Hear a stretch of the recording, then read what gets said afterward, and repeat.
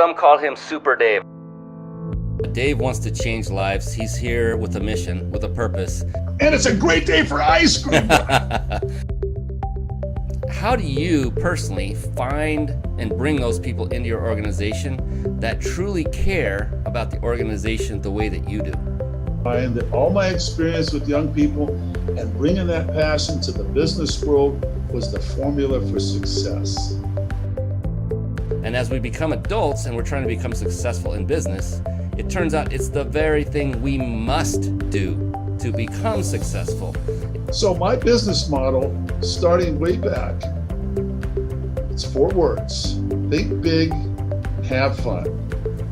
When I work harder as an entrepreneur, I make more money, I have more fun. That's the difference.